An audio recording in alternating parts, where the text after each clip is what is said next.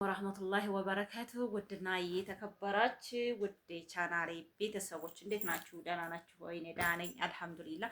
አታምርም? እንዴት ቦርሳ ስንት ነው የተገዛችው? ቦርሳዋ ጽድት ያለች ናት እና እንዴት ናችሁ? ደህና ናችሁ ወይ? ከኔ ጋር አልሐምዱሊላህ ሁሉም ሰላም ነው። ማሻአላህ ማሻአላህ በጣም ነው የምታምረው። ታምራለች። ጽድት ያለች ናት እና እንዴት ናችሁ? ዛሬ ደግሞ በአዲስ ቪዲዮ መጥቻለሁኝ። ሰላማችሁ ብዝት ይበልልኝ። ለዚህ ቻናል አዲስ የሆናችሁ ላይክ፣ ሰብስክራይብ፣ ሼር እያደረጋችሁ ቤተሰብ ሁኑ። ዛሬ በአዲስ ቪዲዮ የመጣሁት ትላንትና አሁን ለታ አዲስ ነገር ነበር ይዤ ትመጣ የቆየሁት ስለ ቤት ጉዳይ፣ ስለ ህግ ሀገሬ ለመግባት መወሰን አቃተኝ፣ በሰው ሀገር እየቀረን ነው ለምትሉ እህቶች አንዳንድ ምክር፣ ቆንጆ ምክር ለእናንተ የሚጠቅማችሁን እዚህ ያለውን አስተሳሰባችንን እኛ ምን እንደምናስብ ማለት ነው እና ይህን ነገር ልንገራችሁ ብዬ ነው። ቪዲዮውን እስከ መጨረሻው አዳምጡልኝ። ቪዲዮውን ሲጀምሩት ደግሞ በላይክ ጀምሩት ማለት ነው ውዶቼ። ቪዲዮውን ላይክ አድርጉልኝ። አዳዲስ ሰብስክራይብ እየመጡ ነው ያሉት ማለት ነው ማሻአላ ሰሞኑን እና እስኪ ለእናንተም አዳዲስ ነገሮችን አንዳንድ ነገሮችን ልምከራችሁ ማለት ነው እህቶች። እንግዲህ መወሰን ያቃታችሁ እህቶች አላችሁ። እውነት አንዳንድ እህቶች ደግሞ እንደዚሁ በውስጥ ያወሩኝም አለ። ብዙ እንግዲህ በቤተሰብ ጫና ነው ወደ ሀገር የማይገቡት ማለት ነው። በቤተሰብ ጫና ኢትዮጵያ ባለ ሰው ወሬ እባክህን ኑሮ ከብዷል፣ እባክሽን ኑሮ ከብዷል፣ ወደዚህ እንዳመጪ የሚሉ ብዙዎች አሉ ማለት ነው። ብመጭም ተመልሰሽ ትሄጃለሽ የሚሉ በጣም ብዙዎች ናቸው ማለት ነው እና ለሀቂቃ እንደ ሀቂቃ ከሆነ የኑሮ ውድነት ከበፊቱ አሁን የኑሮ ውድነት ጨምሯል። ግን የኑሮ ውድነትን ቢጨምር ሰው እየኖረ ነው ብሏል። እንትና ተንኮሱ ሰምታችሁ ከሆነ ማለት ነው እና እየኖረ ነው ሰው ይኖራል። ምንም አይደለም። አገራችን ብመጡ ልክ ሰው እንደሚኖረው እንደ ጎረቤት ሳይሆን እንደ ራሳችሁ ማደር ትችላላችሁ ማለት ነው። እንግዲህ ምንድነው በጭንቀት ራሳችንን በጭንቀት በቃ እዛ ብሄድ ምን እሰራለሁ፣ ምንድነው የማደርገው ብዙ ነገሮች ማለት ነውና ቅንጭላታችን ይሞላል። እህቶቼና እውነቴን ነው የምላችሁ እዚህ ያለን ነገር በቃ እዚህ ካለ ሰው ጋር ብትዋሩ እውነቴን ነው የምላችሁ እውነት ይበላሻል በቃ ቅንጭላታችሁ። ስለዚህ ዋነኛው ከራሳችሁ ጋር ብቻ ማውራት አለባችሁ ማለት ነው። እውነቴን ነው የምላችሁ ከራሳችሁ ጋር ብቻ። አንድ ሰው ሲወስን የሆነ ነገር ራሱ መወሰን አለበት። በቃ ራሱ የሚያውቀው ለራሱ ገባችሁ? እኔ በቃ እንዲኩኛለሁ። በእርግጥ ማዋያትም ጥሩ ነው። አንዳንድ ነገሮች ለሰው መናገር እንደዚህ ኩኛለሁ፣ ምን ይበቃኛል፣ በቃ እንዴት ላድርግ ማለት ትልቅ ነገር ነው ማለት ነው እህቶቼ። ብቻ ተመወሰን ማለት ነው ግን በቃ ሁልጊዜም በቃ ስለ ህይወታችሁ ማለት ነው ስለ ህይወታችሁ በቃ እንዲህ ባረግስ እንዲህ ብልስ የምትሉ ከሆነ ብዙ ጊዜ የሰው ወሬ በቃ የሆነ የሰው ወሬ የምንሰማ ከሆነ አንዱ ሌላ ያወራችኋል፣ አንዱ ደግሞ ሌላ ነው የሚያወራችሁ። ሌላ ምክር ሲመጣ የሰው ወሬ በቃ የሆነ እንድንቀር በቃ እንድንጓተት ነው የሚያደርገን ማለት ነው። ስለዚህ መወሰን ያለበት አንድ ሰው እራሱ ነው። ስራ መስራት ተፈለጋችሁ የየአካባቢያችሁ የስራ ሁኔታ ይለያል ማለት ነው። ለምሳሌ ከተማ ሆኖ እርባታ ስሩ ብትባሉ ከተማ ውስጥ እርባታ አይኖርማ። ያው በቤት ውስጥ ተሆነ በጣም ወጪ ያስወጣል። ከተማ ውስጥ እርባታ መስራት ከዛ መጥታችሁ ምን ልስራ ምናምን ለምትሉ ማለት ነው። ምን ልሰራ ነው ኢትዮጵያ የምገባው፣ ኢትዮጵያ ገብቼ ምንድነው የምሰራው ለምትሉት ማለት ነው። ከተማ ውስጥ እርባታ ብትሰሩት በጣም ወጪ ያስወጣል። አንደኛ ለምግብ ዶሮም አርቡት፣ ምንም ፍየልም ግዙት፣ በግም ግዙት ግዴታ ተገበያ ገዝታችሁ ተሱቅ ገዝታችሁ ነው ለነዛ ለእርድኖች የምትሰጡት ማለት ነው። ስለዚህ በዚህ ምክንያት ወጪ በዛባችኋል ማለት ነው። ወደ ገጠር ግን ያላችሁ እርባታ ቢሰራ በጣም አሪፍ ነው። ወጣ አርጋችሁ ሆነ ቦታ በቃ ተንቀሳቅሷ ያላችሁ ዶሮ የሚሆን በጓሮ ሄደው ይጭራሉ። እዚህ ግን ከተማ አካባቢ ያላችሁ እህቶች የትም ማፍለከለከ አታገኙም። ስለዚህ አንድ ሰው የሚሰራውን የሚወስነውን ነገር ራሱ ነው የሚያውቀው። የየቦታው ሁኔታ ይለያያል ስራ ለመስራት።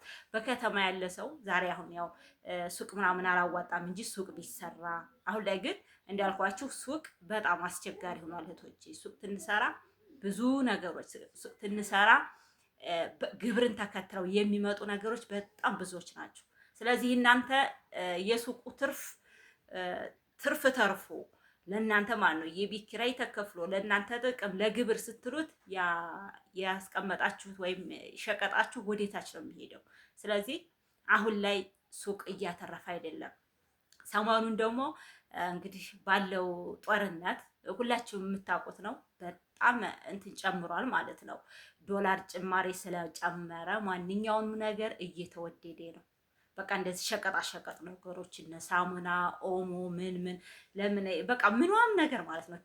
ክብሪት እውነቴን ነው የምላችሁ በፊት 10 ሀባ ነበር አንዱ እሽግ ውስጥ ያለው ማለት ነው። እሱ 30 ብር ነበረ። አሁን 50 ብር ገብቷል ማለት ነው ገበያ ላይ 10 ሀባ ማለት ነው። እንግዲህ ክብሪት ሁልጊዜም እንትን ነው ማለት ነው። ርካሽ በቃ ርካሽ ነገር የምንለው ክብሪት ነበረ እና አሁን ላይ ሳሙና 50 ብር የነበረው 70 ብር ገባችሁ? እስከ 100 ብር በቃ እውነቴን ነው የምላችሁ 150 የሚገዛ ሳሙና በቀደም የወንድ የእህቴ ልጅ ሳሙና ተኪሱት የዋጣ ስንት ገዝተህ ነው ተጣፍጣለች ምናምን አልኩት። ወላሂ ነው የምላችሁ ማለት ነው 250 ነው የገዛኋት ነው ያለኝ ማለት ነው። ሳሙናው ጣፋጭ ነው ትንሽዬ ናት እዚህ በላይ ታላለች እና 250 እንዴት ሰጠህ ምናምን እያልኩት ማለት ነው። እንግዲህ ድሮ ያንን ቢያንስ 60 የሚገዛ ማለት ነው። እና ሸቀጥ ብትሉትም ከዛ መጥታችሁ ሸቀጥም አሁን ላይ ምንም የሚያተርፈው ነገር የለም፣ ዝዝቀት ነው ማለት ነው። እና ከዛ ትመጡ ኢትዮጵያ ምን እሰራለሁ የምትሉት የአካባቢያችሁ ሁኔታ ነው እንጂ መስራት ይቻላል። ገባችሁ? ኢትዮጵያም ታልተሰራ ይበላል፣ ታለፋችሁ አታገኙም። ያልሰራ ሰው የለውም። በቃ ባጭሩ ማለት ያልሰራ መኖር አይችልም። ገባችሁ? ወይም የሌለው የለውም።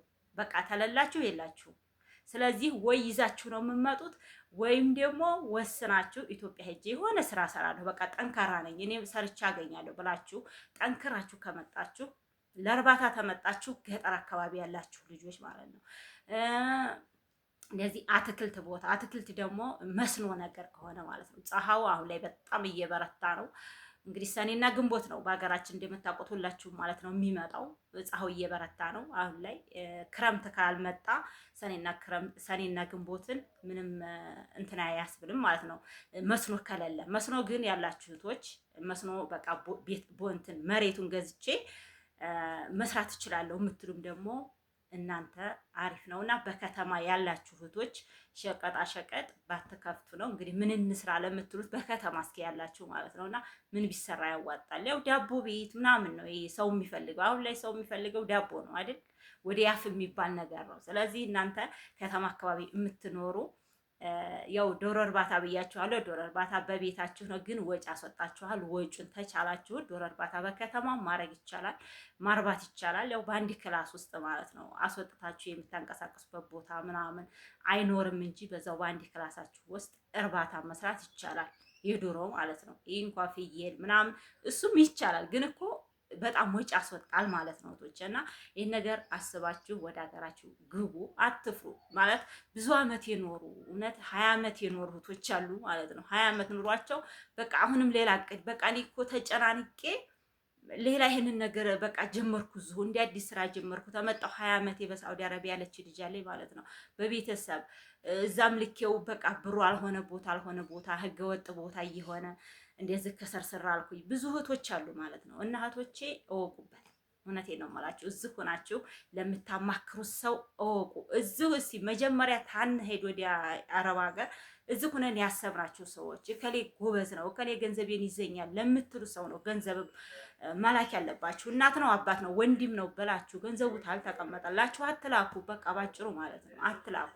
የሆነ ወርቅ ምናምን ላኩ ግዙበት፣ ሌላ ነገር ማለት ነው። እና ስለ ወርቅ ደግሞ እንግዲህ ሰሞኑን የሸጠች እህት አለችኝ ወርቅ ማለት ነው። ወርቅ ገዝታ መጣ ከ5 ወር በፊት ማለት ነው። እና እሷ እንግዲህ ሰሞኑን ወርቅ ሽጣለች። ስንት እንደሸጠችና ስንት እንዳተረፋ እስኪ ጠይቄ ይዤላችሁ እመጣለሁ። ወርቅ ግዙ። ወርቅ በእርግጥ ኢትዮጵያ ይዛችሁ መጥታችሁ ትርፍ አታገኙበትም። እሱ ምንድነው ትርፉ ምንድነው? ተቀምጦ ጥሬ ብር ይሰጣችኋል። ገባችሁ? ጥሬ ብር በ3000 ገዝታችሁት እንደሆነ እዚህ መጥታችሁ የ3000ን የአረብ ሀገሩ ምንዛሬ ነው የምታገኙበት። ገባችሁ? ያኔ ይዛችሁ ብመጡ ይሄ ላይ እዚህ ላይ እንዲገባችሁ አድርጌ ኢንሻአላህ አንድ ቀን በአንድ ቪዲዮ እመጣለሁ። ሰላማችሁ ብዝት ይበልልኝ። ላይክ ታላረጋችሁ እስካሁን ላይክ አድርጉኝ እህቶቼ። አሰላሙ አለይኩም ወራህመቱላሂ ወበረካቱ።